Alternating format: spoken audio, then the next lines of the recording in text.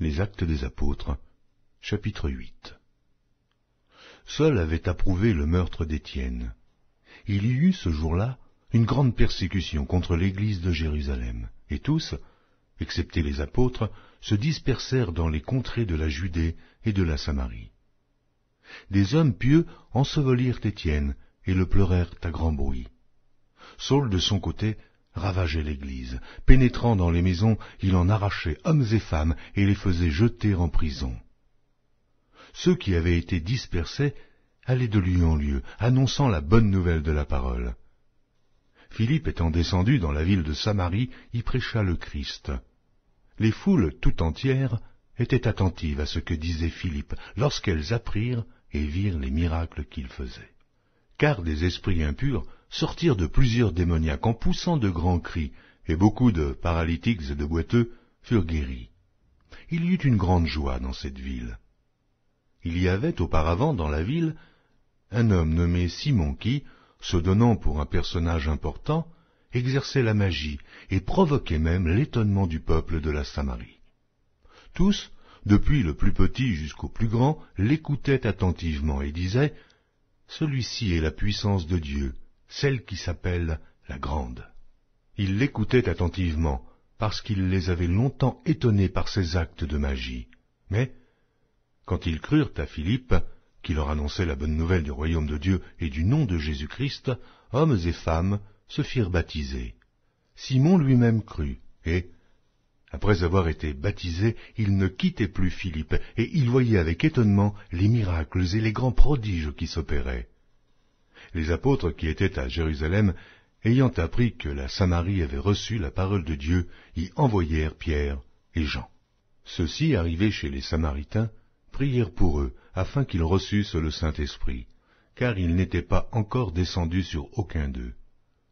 Ils avaient seulement été baptisés au nom du Seigneur Jésus. Alors, Pierre et Jean leur imposèrent les mains, et ils reçurent le Saint-Esprit. Lorsque Simon vit que le Saint-Esprit était donné par l'imposition des mains des apôtres, il leur offrit de l'argent en disant « Accordez-moi aussi ce pouvoir, afin que celui à qui j'imposerai les mains reçoive le Saint-Esprit. » Mais Pierre lui dit « Que ton argent périsse avec toi, puisque tu as cru que le don de Dieu s'acquérait à prix d'argent. Il n'y a pour toi ni part, ni lot dans cette affaire, car ton cœur n'est pas droit devant Dieu. Repens-toi donc de ta méchanceté, et prie le Seigneur pour que la pensée de ton cœur te soit pardonnée, s'il est possible, car je vois que tu es dans un fiel amer, et dans les liens de l'iniquité. » Simon répondit « Priez vous-même le Seigneur pour moi, afin qu'il ne m'arrive rien de ce que vous avez dit. » Après avoir rendu témoignage à la parole du Seigneur, et après l'avoir prêché, Pierre et Jean retournèrent à Jérusalem, en annonçant la bonne nouvelle dans plusieurs villages des Samaritains. Un ange du Seigneur s'adressant à Philippe lui dit « Lève-toi, et va du côté du midi sur le chemin qui descend de Jérusalem à Gaza, celui qui est désert. » Il se leva et partit, et voici, un Éthiopien, un eunuque, ministre de Candace, reine d'Éthiopie, et surintendant de tous ses trésors, venu à Jérusalem pour adorer, s'en retournait, assis sur son char, et lisait le prophète Ésaïe. L'Esprit dit à Philippe, « Avance, et approche-toi de ce char. » Philippe accourut et entendit l'Éthiopien qui lisait le prophète Ésaïe, et il lui dit, « Comprends-tu ce que tu lis ?» Il répondit, « Comment le pourrais-je, si quelqu'un ne me guide ?» Et il invita Philippe à monter et à s'asseoir avec lui. Le passage de l'Écriture qu'il lisait était celui-ci.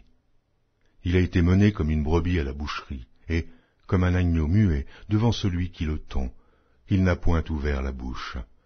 Dans son humiliation, son jugement a été levé, et sa postérité, qui la dépeindra, car sa vie a été retranchée de la terre. L'eunuque dit à Philippe, « Je te prie, de qui le prophète parle-t-il ainsi ? Est-ce de lui-même ou de quelqu'un d'autre ?» Alors Philippe, ouvrant la bouche et, commençant par ce passage, lui annonça la bonne nouvelle de Jésus. Comme ils continuaient sur le chemin, ils rencontrèrent de l'eau. Et l'eunuque dit, « Voici de l'eau. Qu'est-ce qui empêche que je ne sois baptisé ?» Philippe dit, « Si tu crois de tout ton cœur, cela est possible. » L'eunuque répondit, « Je crois que Jésus-Christ est le Fils de Dieu. » Il fit arrêter le char. Philippe et l'eunuque descendirent tous deux dans l'eau, et Philippe baptisa l'eunuque.